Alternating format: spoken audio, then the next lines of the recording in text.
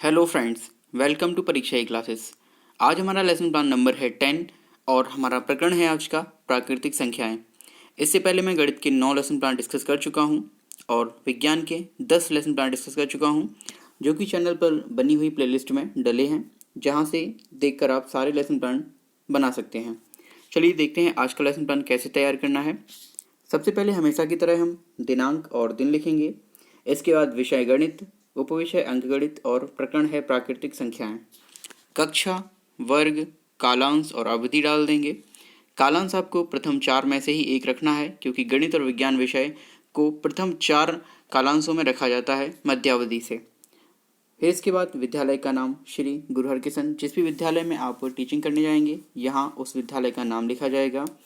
सामान्य उद्देश्य, सामान्य उद्देश्य सीधे तौर पर किसी भी विषय से रिलेटेड होते हैं, यानी ये प्रत्येक विषय के लिए भिन्न भिन्न होते हैं। गणित के लिए अलग और विज्ञान के लिए अलग और सभी अन्य विषयों के लिए अलग अलग होते हैं। आप मिनिमम 4 और मैक्सिमम 6 सामान्य उद्देश्य लिख सकते हैं। देखते हैं हमारे उद्देश्य। पहला, छात्रों में गणित विषय के प्रति रुचि उत्पन्न कराना। दूसरा, छात्रों में बौद्धिक एवं तार्किक क्षमता का विकास करना।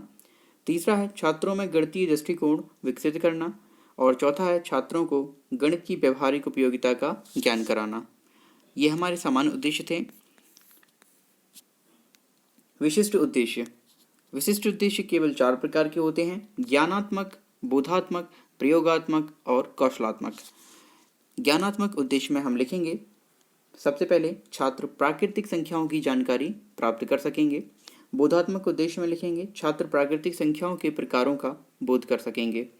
प्रयोगात्मक में लिखेंगे छात्र प्राकृतिक संख्याओं का दैनिक जीवन में उचित प्रयोग कर सकेंगे। कौशलात्मक उद्देश्य में छात्र प्राकृतिक संख्याओं के महत्व को समझ सकेंगे। मैं आपको बता दूं, जो विशिष्ट उद्देश्य होते हैं ये सीधे प्रकरण से जुड़े होते हैं, यानी जिस दिन भी आप जो भी प्रकरण पढ़ा रहे हैं ये सीधे तौर पर उनसे ही लिए जाते हैं। आगे देखेंगे शिक्षण सामग्री। इसमें हम लिखेंगे समस्त शिक्षण सामग्री, क्योंकि कक्षा में ब्लैक बोर्ड और चौक, डस्टर इत्यादि तो वहाँ पर उपलब्ध रहते ही हैं। इसके बाद है शिक्षण सहायक सामग्री। इसमें आपको चित्र, चार्ट पेपर, रेखा चित्र, मॉडल इत्यादि लिखना है। ये आपकी फिर से वही निर्भर करते हैं, यानी कि ये प्रकरण पर निर्भर करते हैं कि आप कौन सा प्रकरण पढ़ा रहे हैं और वहाँ पर प्रयोग की जाने वाली कौन कौन सी वस्तुएं हैं, उनको आप यहाँ पर लिख सकते हैं। पूर्व ज्ञान, छात्र संख्याओं तथा अंकों के विषय में सामान्य जानकारी रखते हैं। शिक्षण विधियों की बात करेंगे तो शिक्षण विधियाँ यहाँ पर व्याख्यान और प्रदर्शन और प्रश्नोत्तर प्रयोग की गई है। इसके अलावा जो भी शिक्षण विधि प्रयोग की जाएगी उसे आप यहाँ पर नोट करेंगे। प्रस्तावना प्रश्न, लेसन प्लान को शुरू करने के लिए सबसे पहला चरण यही होता है, प्रस्तावना प्रश्न। इसको आपको किस तरह बनाना है ये मैं आपको आगे डिस्कस करके बताने वाला हूँ।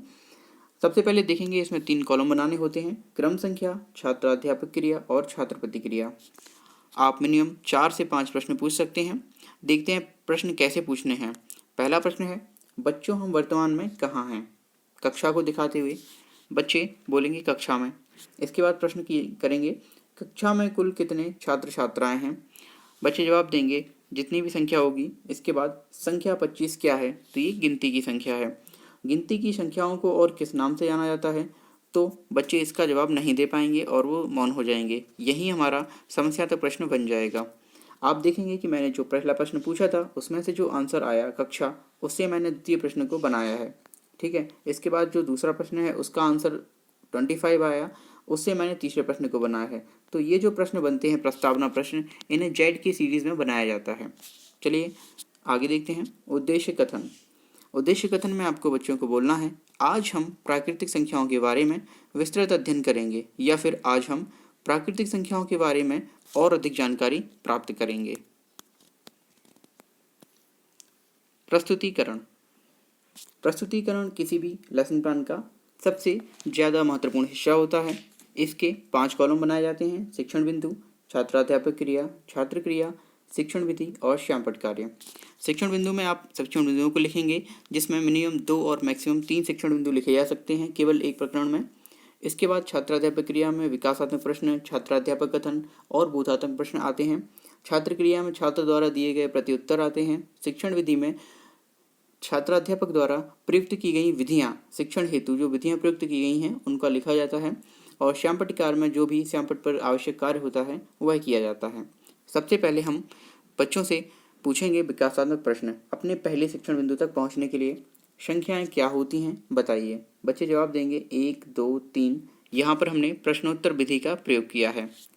दूसरा प्रश्न है 1, 2, 3 संख्याएं कैसी संख्याएं होती हैं। बच्चों के लिए समस्यात्मक प्रश्न हो जाएगा क्योंकि उनको केवल संख्या पता है, वह ये नहीं जानते कि इनके अंदर भी क्या इनके भाग हो सकते हैं, इसलिए ये समस्यात्मक प्रश्न बन जाएगा।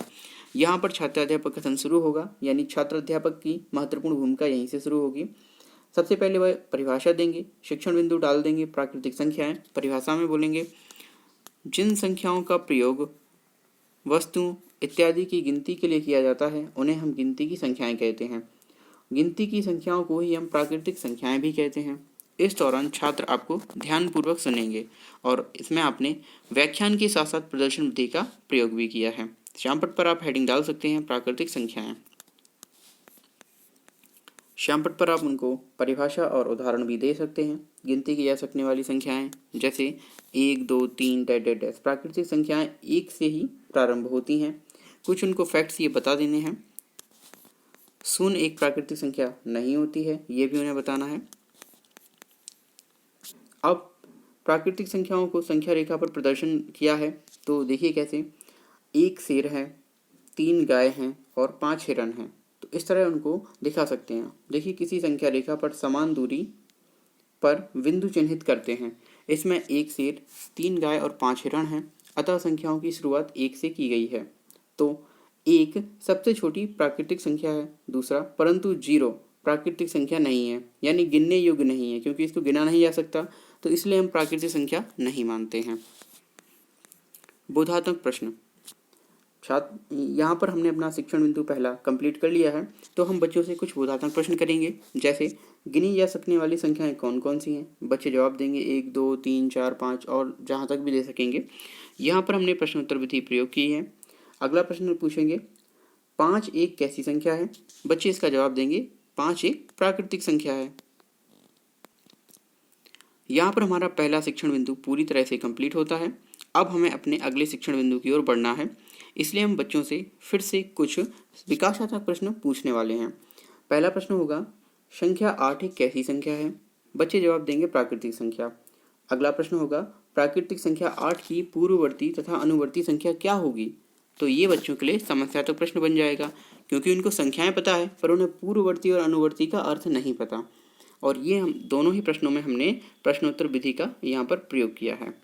अब फिर से एक बार छात्राध्यापक कथन शुरू होगा, यानी कि आप हेडिंग डाल देंगे दूसरा शिक्षण बिंदु अनुवर्ती व पूर्ववर्ती संख्या। इस दौरान आपको छात्र ध्यानपूर्वक सुनेंगे और व्याख्यान विधि का आप पहले प्रयोग करेंगे और श्यामपट्टकार में अनुवर्ती संख्या डाल देंगे। पहले अनुवर्ती संख्या की परिभाषा देखेंगे। किसी प्राकृतिक संख्या के ठीक बाद आने वाली प्राकृतिक संख्या उसकी अनुवर्ती संख्या होती है। ये आप दिखा देंगे प्राकृतिक संख्या की परिभाषा, और अनुवर्ती संख्या क्या है ये बता देंगे। किसी प्राकृतिक संख्या के ठीक बाद यानी आगे वाली संख्या को उस प्राकृतिक संख्या की अनुवर्ती संख्या कहते हैं। उदाहरण के तौर पर उदाहरण 5 की अनुवर्ती संख्या क्या होगी। तो 5 की अनुवर्ती संख्या होगी 5 + 1 = 6।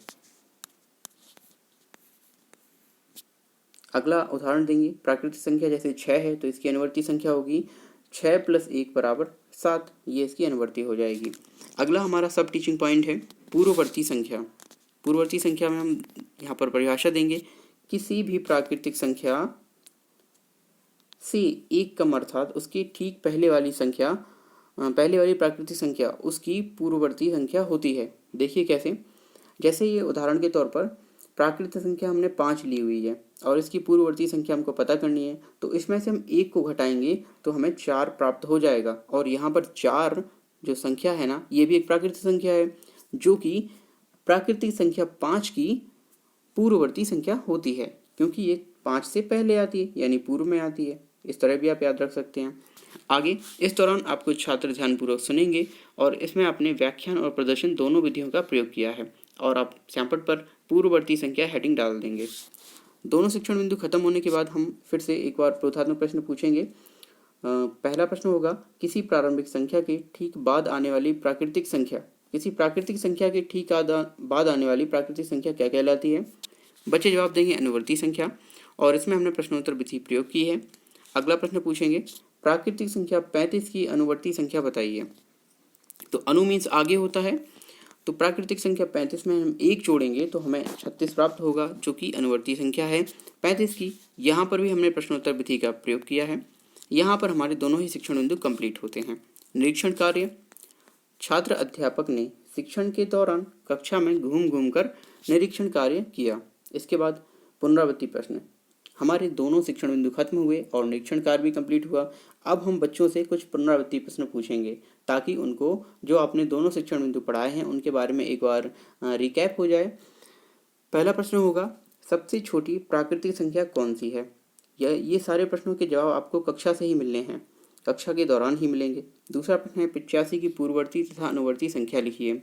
तीसरा, अनुवर्ती संख्या की परिभाषा बताइए। चौथा, शून्य एक प्राकृतिक संख्या है या पूर्ण संख्या? आगे देखें गृह कार्य। तो गृह कार्य में आप बच्चों को कुछ प्रश्न दे सकते हैं 2 से 3, ताकि वह घर जाकर इस चैप्टर को फिर से एक बार पढ़ें, इस प्रकरण को एक बार फिर से दोहराएं और उन्हें आसानी से याद करने में सहायता मिले। पहला प्रश्न पूछेंगे, प्राकृतिक संख्या की परिभाषा उदाहरण सहित लिखिए।